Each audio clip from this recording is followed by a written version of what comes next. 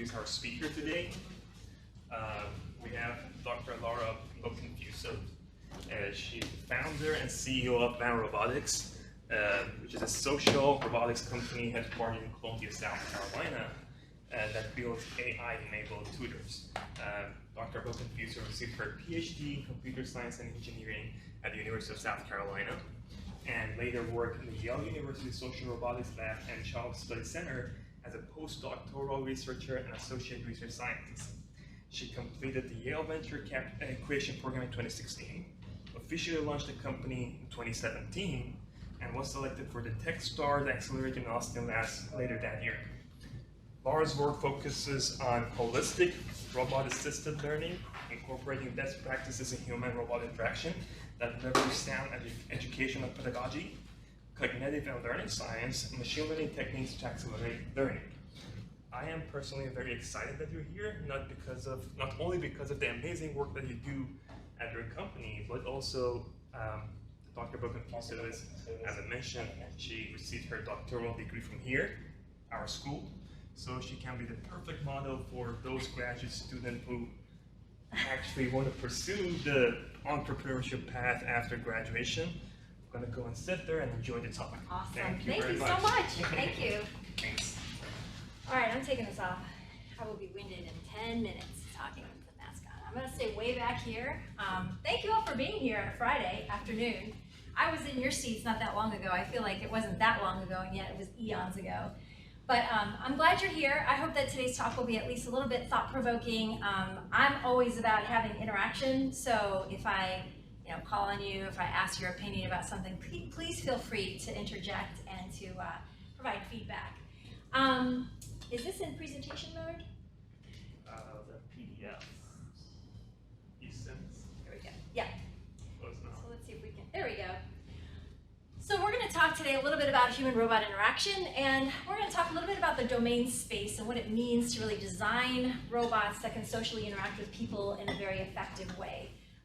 One of the reasons I got into this field is because I was always looking for something really applied to do with my PhD. I felt like I loved teaching, I loved sharing information, I loved being in class and learning new topics from new people. I always thought that was really fascinating, but I didn't want to do my research and not feel like I was connected to it in some way and could see it kind of making a change in the world in a positive way. So when we think about human-robot interaction, we think about sort of the changes that are taking place in society today. And for me, I was always, and still am, very interested in how can we leverage the power of robots, all of the intrinsic qualities of robots to be interesting, to be social, to be effective, to be pragmatic, right? To make jobs less risky for people, especially when you think about some of these applications you see on the screen here. One important note to see here is these robots are not existing independent of humans, right? They're working side by side with humans. And we've seen this introduction into the field of HRI and in the real world in much more, sort of in greater numbers in the last couple of years. Amazon's got fleets of thousands of robots deployed across the country. Our CTO at the company is engaged to somebody who manages a lot of those Amazon robotics in Boston. You can see that in the top left corner. And so we hear a lot of, all of the challenges and frustrations about what it's like to not only create robots that can lift product and move product in a warehouse independently, but how those robots have to actually work with humans, coexist with humans in that space. A couple of other examples, we have COVID, right? And we actually have robots in a couple of hospitals deployed across the states that are providing care, that are providing information and support to patients who are in COVID hospitals where human contact is really limited. So these are the kinds of reasons I really got into this field and why I think it really matters. The other thing that I really am passionate about is education. And I feel like it's really the gateway for so many people. You can look around the world, and yes, you can find anomalies and examples of people who dropped out of college and have these mega companies, right? They're billionaires today. Those are like the very tiny exception to the rule, right? Most people who have higher education tend to do better in the world. They tend to have a better quality of life. They tend to have a better, more sustained sort of quality of life and living. They have more opportunities open to them in terms of work prospects. They live healthier lives in general. So there's all these reasons that that really kind of fed into my interest in HRI, especially applied to education. So why? Why do we need robots in education? One of the biggest challenges that we've seen in the education field recently, in the last 10 years, is that teacher attrition rates have been increasing. With COVID, they have skyrocketed. Teachers are leaving the field, district administrators are leaving schools, taking on other jobs. They don't want to be in the classroom. There's a lot of tension in between admins and teachers because there's this mask thing that you all are wearing that I am not abiding by right now.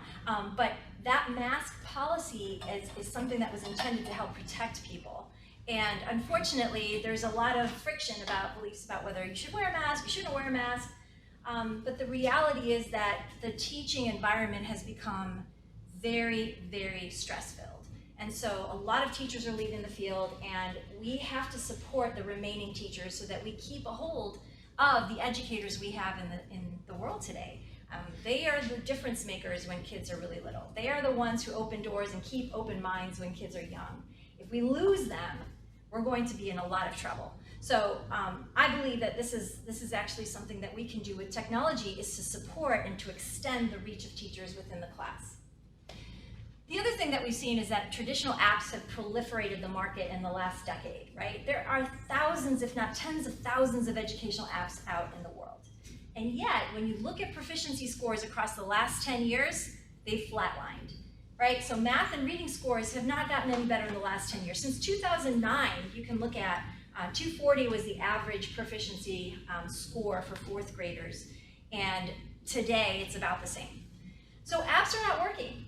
And so you have to start to ask yourself, what's missing from apps? And I think that it's pretty clear from our studies and from all of my work since I was here as a grad student, humans and social interaction is a massive part of learning. Not only that, but there are many, many, many factors that contribute to a student's ability or readiness to learn that have nothing to do with their cognitive ability. So, what is it that students need? Well, if you think about the demographics of students that actually excel in school, you can actually look at a couple of demographics. One, kids from wealthier areas, they tend to do better. Why is that? There tend to be parents at home who can provide one-on-one support.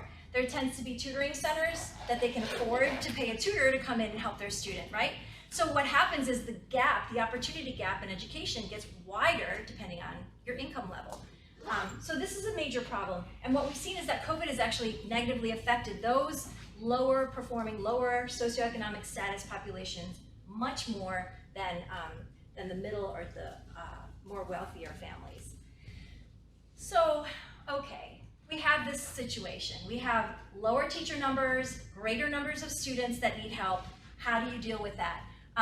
Well, you can think about learning as part of an equation that has multiple variables, right? One of the things that holds true is, communication is not very straightforward. What I say to you, if I wrote it down on a piece of paper, will maybe be and most likely be interpreted very differently by each one of you individually. 55-38-7 formula, that's the percentage of how much you actually spend or the amount of communication that comes from 3 different areas. 55% comes from, who can guess? Body language, exactly. Nonverbal communication is by far and large the number one mechanism we use to understand each other. 38% belongs to vocalizations. That's prosody, that's, that, right? It's actually vocalizations that aren't necessarily tied to words. And then 7% or 7% of that overall figure has to actually to do with text, words. So it's important that we understand that when we communicate with each other, when we use robots or technology to interact with people, we don't just rely on one variable in that formula. Second, SEL matters. Socio-emotional learning, if we haven't learned that in the last decade, we're certainly learning it in the last year. Numbers of kids, numbers of elementary school kids, number of high school students, number of college-age students experiencing stress and trauma and depression and anxiety has also skyrocketed. skyrocketed. And we know this because we have seen the numbers continue to go up even after we started to resume face-to-face education, face-to-face instruction, face-to-face work, etc. So SEL is not just an important thing in and of itself. It is an important skill to have, yes, to be able to communicate with people, to be able to read each other, but it's also a means to an end, right? SEL is actually one of the foundational skills that Google uses to recruit new people to their company. So some of the top companies in the world are not necessarily looking for the best and brightest technically. They also want to make sure that new employee has the really well-developed SEL ability. So the last but not least, we look at motivation. Motivation plays a huge role in education, right? Some of us are intrinsically motivated, some of us are extrinsically motivated. People who play video games know there's a lot of extrinsic motivation built into video games, right? The scores, the sounds, the level ups, all the things that you can get by doing better on a video game, those are extrinsically motivating. But some people actually have that intrinsic motivation. They don't need something else to kind of move them through school, right? They're just like born that way. They're kind of built that way.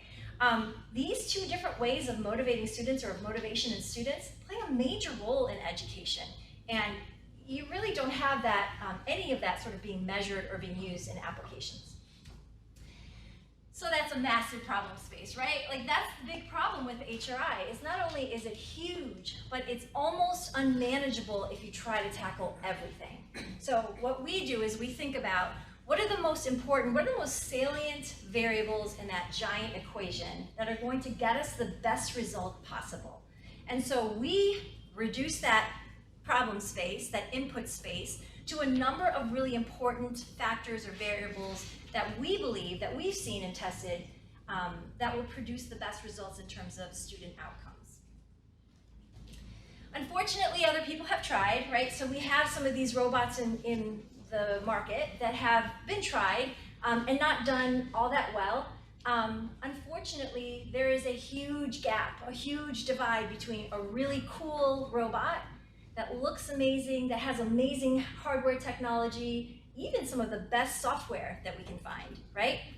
But it's a huge gap between that and the actual market that has an application that can use that, make use of it. So has anyone heard of Pepper the robot? Has anyone seen one of these? They're super cool. So the Consumer Electronics Show a couple years ago unveiled the Pepper robot. They had, several years ago, Pepper was supposed to be the conversational robot. You could just walk up to it and have a natural conversation with it. Didn't work out so well. You can see some of these quotes, right? It was one of the most, Pepper robot fired for incompetence, right? And you kind of see these awful headlines, but it's not like the technology isn't great. The technology is pretty awesome in and of itself. The problem is in making the connection between the technology and the application that you're actually using it for. It has to be effective. It has to meet the needs of the person or the people you're designing it for. So how did we get to this place? And you know, as the founder of a company that builds social robots, it all started really here as a kernel of an idea, a very tiny little popcorn kernel of an idea that was supported, fortunately, by a great advisor, Jason O'Kane. If you haven't had a class with him, you should definitely look him up and take a class with him. He's awesome. But those kinds of opportunities that you'll get here at the university will help you start to think about that kernel of idea that you can start to develop. And for me, it was this robot, Charlie, this little green robot that was designed for preschool kids. So this was 3- and 4-year-old kids. It was meant to be super approachable, you know, so kids wouldn't feel intimidated by it. You bring a big Pepper in the room, and you're going to send some toddlers like scrambling, right? They're like, don't want to see that picture. That's not a good. It's not a good look. But Charlie was really created to be kind of soft and friendly, kind of approachable, right? Again, designing for the application, designing with the end user in mind, thinking about the space in which we're working, and then building it so that it fits and it produces the best result possible. So Charlie was actually designed with face tracking. We trained a model, a face and hand classifier that could identify hands in different positions so that students, little third graders, could play, kind of cover your eyes, raise your right hand, raise your left hand, and Charlie would imitate. We also thought, one thing that I was very interested in is working with kids with autism who had very limited verbal skills. They get very stressed very quickly, so it's very difficult. This is where the SEL piece comes in, right? It's very difficult to know when they're actually starting to lose it until they've just completely melted down and there's no getting them back into the clinic and kind of working on their skills. So I thought, reading some of the papers that I was reading while I was a PhD student here, people were using it to detect things like breathing and heart rate. And I thought, why not? Breathing and heart rate are closely tied to the sympathetic nervous system, right? We know that they're like, you start to breathe fast when you're scared. You start to get very tense, and the thermal sort of dynamics of your face start to change. And so we used that sort of tidbit of information and decided, why not try this with people? And so we used some of the people here in the department. Does anybody recognize that person on the screen? No one recognizes Barb. I don't know if she's still here. Is Barb still here? I don't know. Barb Ulrich? Yeah? She gave us permission to use this picture, so I always like this picture because she was one of the first people that I asked to be sort of a participant to help me design a tracker that could actually identify the centroid of someone's face, target a thermal sensor to the very center of the face, and then start taking thermal readings from the center of the face as that person watched some very sad movies, some very tense movies, some very happy movies, to see if we could actually see the differences in the signal, the wavelength, basically some wavelength transform that we were doing at the time. So we could detect stress remotely. And so that was kind of the beginning of this idea of how we could develop some cool technology that applied some innovative computer science techniques to an application in the real world. And so the next thing we did was, all right, we have a fuzzy, cool, cute little robot that can do some face and hand detection. We have this little sensor, right, that can detect changes in someone's face that may be mapped to stress. How do you put all of that together? Well, we thought we can start to think about sort of one robot that could process those things very quickly on board and adapt how it was interacting with the student based on those factors, right? So if we could use a very simple signal that could tell us about thermal sensing, that could tell us about the temperature of your face if you're starting to get very warm, where are you getting warm, what emotion does that map to? We started to look at those questions so that we could think about how to use sort of a remote sensing system to be able to detect stress remotely. And this was kind of an example, game that we designed that basically had kids playing the raise your hand game. So the robot would raise his hand and say, follow me, imitate me. And the student, if they raise the same hand, the robot would say, well done, and change hands. How about this hand? How about both hands? How about hide and go seek, or peekaboo, we call it peekaboo. So we were thinking about a great application that could leverage these new technologies that we were testing. So here's an example of some of the work that we did. Initially, I thought heart rate was way too computationally intensive to do on a local robot. So I thought, okay, well, let's just look for simple sinusoidal waves of breathing, right? You can look at breathing. The temperature around underneath your nose gets hot, it gets cool, it gets hot, it gets cool. It's a regular system of basically recording breathing. But what I discovered after doing this sinusoidal sort of mapping of the wave, the heat wave, basically, thermal sensor was picking up, was that there were very regular intervals in which that signal was interrupted. That had to do with something that was occurring very regularly underneath the skin. Anybody guess what that is? Heartbeat. Heartbeat. Exactly. So it turns out under your skin, especially right under your nose, you have an artery right here that actually pumps blood and pumps more blood when you are breathing in or breathing out.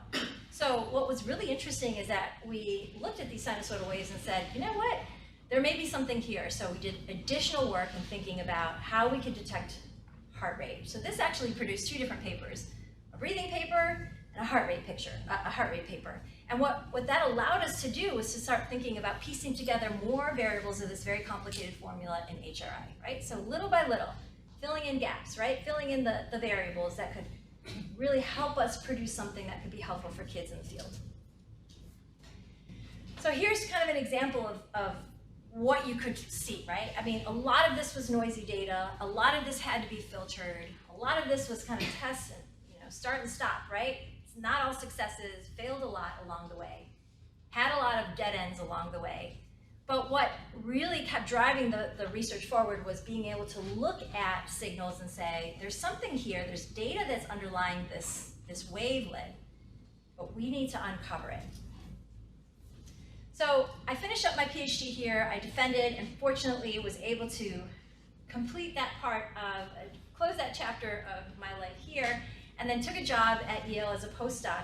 And I went to work for the Child Study Center and the Social Robotics Lab. So I was kind of had one foot in each of the labs, right? I was working with social roboticists, Brian Scazzolati, who's one of the founders of social robotics in the country, and I was working with some of the smartest cognitive scientists at the Child Study Center who were really studying psychology, right? Developmental psychology, cognitive science. They were really thinking about sort of interventions for students from a non-robot perspective. So they were bringing in a lot of expertise, like this is what we do when this happens. This is how we pick up on stress. This is how we kind of introduce new concepts to students that may have different challenges. And so by working with those two labs, I was able to kind of really take sort of the best expertise from both fields and start to combine them. So what I started to learn was emotional regulation is a huge factor in learning, huge. If you are stressed, your brain has a very, very hard time receiving new information. Not only receiving it, but retaining it as well. And so what that started us thinking about was, well, what about kids that have autism? What about the kids who may need a little extra help with emotion regulation? And it really started this whole next chapter of research that started to look at emotion regulation and emotion recognition. We took that same infrared research that I had done here, and we kind of expanded on it. We looked at not only can we pick up on breathing and heart rate, but what about stress? So we looked at actually, the little EDA sensors. How many of you have ever worn one of these EDA sensors, like a Fitbit? Has you got one on? Like an Apple Watch? Apple Watch does some of that, but there's Fitbit has EDA built in, so it can tell you a little bit more about your emotional state, are you stressed, are you calm, are you somewhere in the middle? Anyway, it turns out that those sensors are actually much more noisy than thermal sensing is. So you can see this person's face is all lit up in red. This was right after, so I'll tell you a little bit about the setup of the study. It was really fun. We had a robot that was giving trivia questions to a number of participants that were coming in. So the robot would give really easy trivia questions in the first 15 minutes. Super easy, everyone was doing great. We made it like a competition, you're doing great, you're top 5, you're awesome, you're gonna get the prize, right? They're feeling really good. And then in the second half, we made the robot mess up on purpose, right? So they're who is the president of the United States? And they would say Joe Biden, right? They'd say Joe Biden, and then, well, this was before he was president, but. So they would say whoever was president. And the robot would say, you said Hillary Clinton. They'd be like, no, I didn't say Hillary Clinton. And they got so mad, right? And so this went on for several minutes. You can see this gentleman right here, not a happy camper. So what we found is that through self-surveys and through the thermal sensing that we were picking up, we could actually find pretty close correlation to how they were feeling. The EDA sensor did not pick it up as well and did not pick it up as quickly as the thermal sensor did. So we did this study, we published a couple of papers on this as well, and basically just thought this is a great next piece of that formula. Breathing, heart rate, attention, stress. So the next thing we did was we looked at also other studies in terms of engagement, how much can we actually improve engagement with a robot compared to a screen, a robot compared to a person, and what we found is that even though we were testing kids with autism, even kids in the control group, right? The kids who were typically developing kids had higher engagement levels with the robot also. That started getting the wheels turning, right? So maybe this isn't just technology that can be used for kids that are struggling with socio-emotional learning or kids with autism on the spectrum, right? Maybe this is actually a technology that can be used on a more broad scale. So Abby was born. And so Abby is now, sort of the collection or the amalgamation of all those years of research where we were really looking at all the factors that play a role in learning and selecting the ones that we knew that we could not only measure, but that we could also use to direct the interactions that would help facilitate better learning for kids. So Abby actually provides kindergarten through 5th grade math and reading, and now also teaches kindergarten through 5th grade socio-emotional learning. And she does so in a very adaptive way. So she's constantly adapting to a student's performance. She's adapting to a student's attention. So if you're not paying attention, she'll call you out. She'll be like, hey, you're about to miss something really important here. And she'll pause the lesson, right? So she's built in with this kind of a performance adaptation, but also attention social reinforcement as well. And also soon we'll have this stress detection tracking. We have a proprietary sensor that is currently being built, super excited about, that we'll be able to offer on Abby soon. So all of that research, sort of, a decade, 12 years of research that we've been doing on all these different factors just continues to kind of contribute to the technology that we're building and will continue to evolve. I'm not going to get into the weeds of machine learning, but one of the things we're really excited about is brain-computer interface. We know that there are several technologies that are kind of being used in the field and pretty wide applications in terms of BCI for not only learning in the classroom, but people with physical impairments, people with different kinds of emotional impairments, and also how we can actually use data from your watch, which is all-knowing and all-seeing, because pretty much we wear it everywhere, and how we can incorporate that to understand how people learn, when they learn best, right? The kinds of things that they like to do different times of the day, different times of the week, so that the robots that we design can really help you learn how to use them optimally. All right, I'm going to skip past this. This is more applications stuff. I'm just going to introduce you to our team really quickly. So our CTO, Aditi, is actually in Boston. She was just here and just got on a plane this afternoon, so I'm sorry that you couldn't meet her. I would have loved to have brought her here today. She and I actually studied together at Yale. Kevin Nisbet, who is our MBA, who's our COO, sorry, who has also lived in the area for a long, long time. Chris Kraft, again, was a USC grad from here, so he studied. He actually studied education and has a tremendous sort of background in AWS EdStart, so helping a lot of startups get going. And Michael Hsu, who does, basically, he's our senior software architect. He actually also lives near Boston. And Evan, who's actually also a Columbia guy and is here. He does our senior software testing design. And then, of course, all the rest of the people here are awesome. They do different things like content creation, customer development, et cetera, et cetera, et cetera. Most of us are here in Columbia, where our headquarters is actually right behind the Governor's Mansion on Richland Street. If you ever want to come by and get a tour, I welcome you to come by and come see us. You can come see Abby in person. I'd love to have that conversation with you. If you've got any questions, if you want to bounce some ideas, always happy to do that with people. And that's pretty much it. That's the presentation. Wrapped it up before the 10.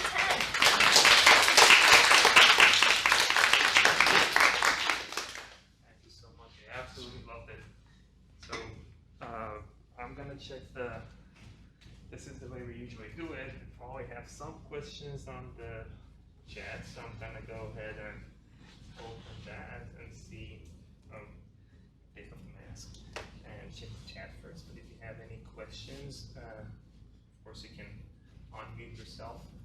I can see Bip Buff here, so hey Buff, how you doing? So I believe we have one question from Brandon. Do you want to go ahead and ask it? Yeah, sure. I mean, I can read my question, but basically I was just saying, like, I know a lot of people sometimes are apprehensive about robotics and thinking like, oh no, the Alexa or the Google Home full spy device or whatever, and that's creepy, I don't want that thing around my kids, like, do you find that there's a lot of people that are apprehensive about wanting to incorporate this into their lives?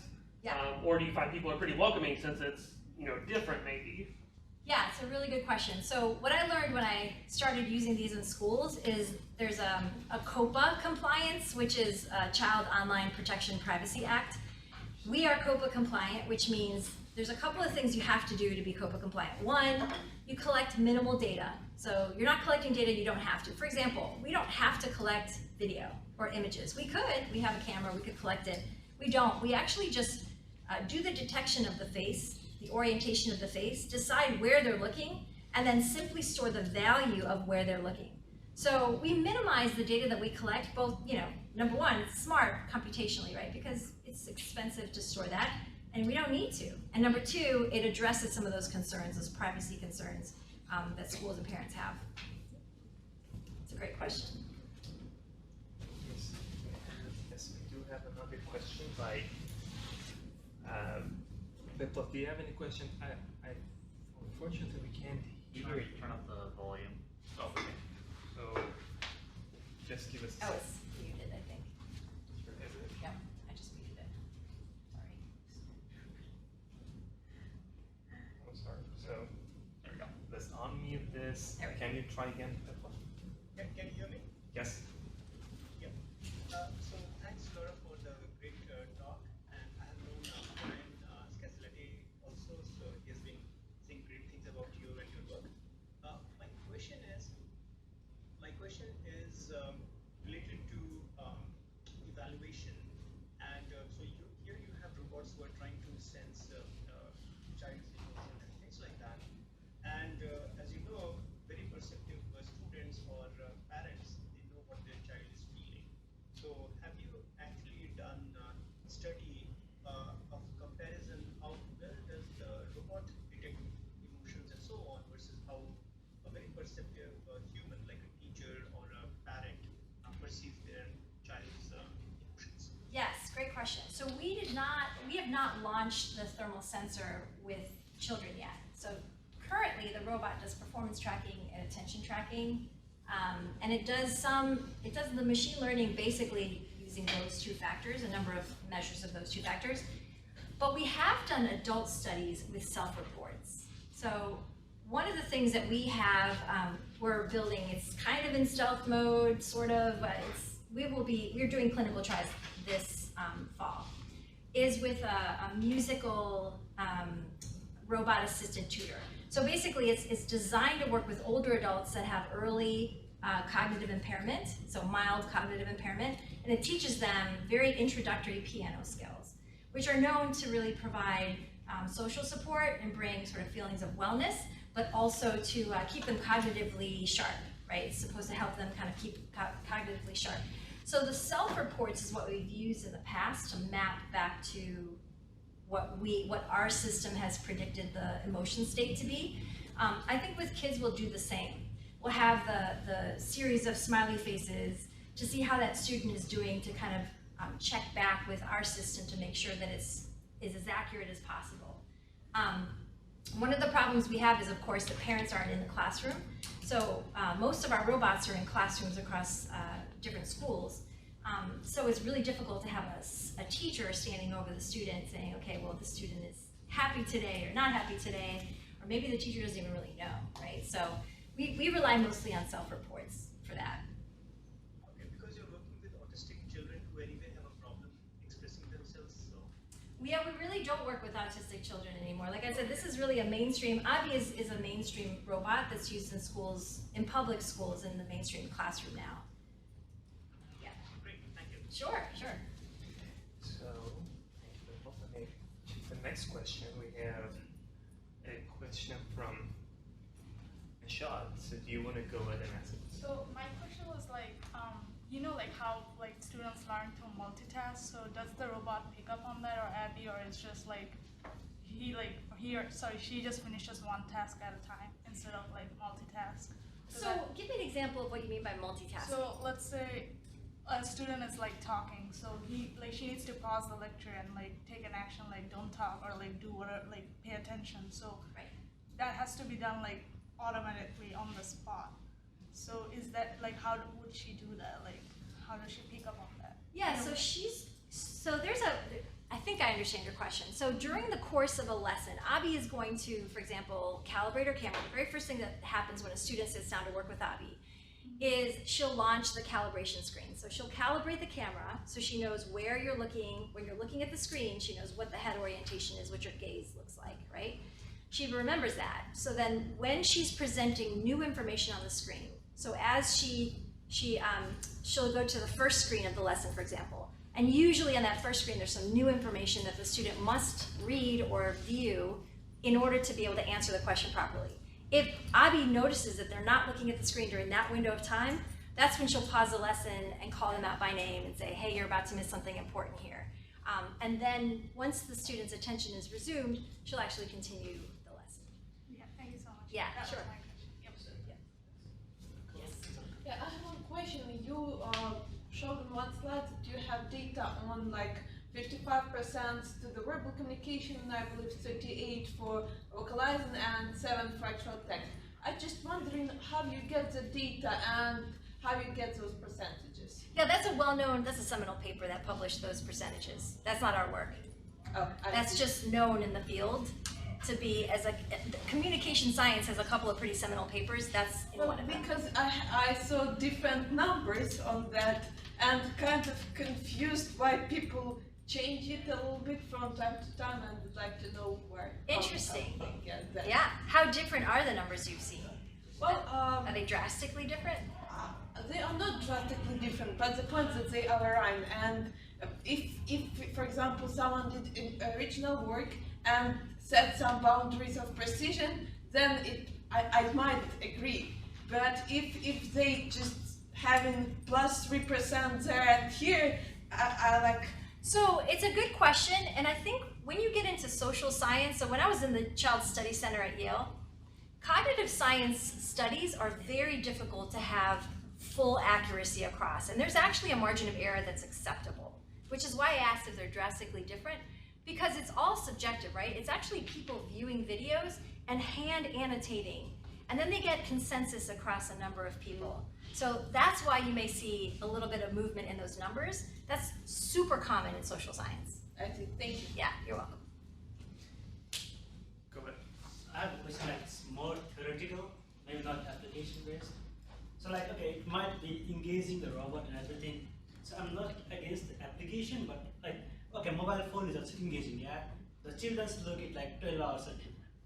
So when you go through that, then it is, I think, mainly useful mainly if we use for like special cases. But when you try to use a robot in like all around the people, unless we like imagine a future where the robots will be part of our society. Other than that, it might be counterproductive. Like now we have a lot of studies saying like Instagram is harmful or Facebook is harmful. Like Google and Facebook even like try to suppress some of the research by their own like company people. Like how do you, why do you think like it's the line? Like I love it. What is your? I'm glad you asked that question. Yeah. I'm so glad you asked that question. So we are actually starting our third year. The Department of Education is funding our research for the third year in a row. We got an innovation grant from them in 2019, 2020, 2021. We actually measure efficacy for improving math and reading skills the last 2 years, pre-test, post-test, standardized tests, for kids that use Abi in the classroom and for kids that do any other, whatever else they typically do in the classroom, and we measure improvements. We actually had more of the group, the population in the Abi group improved, so 49% of the group in Abi improved in a randomized control trial, compared to 34% of the group that did other activities. We didn't control those other activities, we just said, whatever you normally do, do that. So we are committed to continually testing efficacy for that reason. Because, of course, if it just looks cool and it doesn't actually help, that's not gonna last very long, right? So like, did you also test like, did the use hamper the social interaction and other things or not? Like, okay, test is fine, like they were engaged in a math class, they did good, but by using Abi, did it hamper the social interaction level of those students or not? Were the social interaction level similar to those students, other students that were not using Abi or not? Right, so the goal of the Abi robot is to improve math skills, reading skills. This year we're studying socio-emotional skills, so I'll let you know. Okay. No, I think that's important because like, we want to Of invite course. them or not. Yeah. That's why we study it. Yeah. And it's important as a company that we hold our feet to that fire because people want to know and they're very skeptical about technology. So it's well taken. It's a point well taken. Yes. I guess we had a bunch of good questions. Yeah, Let me thank you. double check. I think we're good here. 5 minutes over. Again, thank you very much. Yeah, thanks.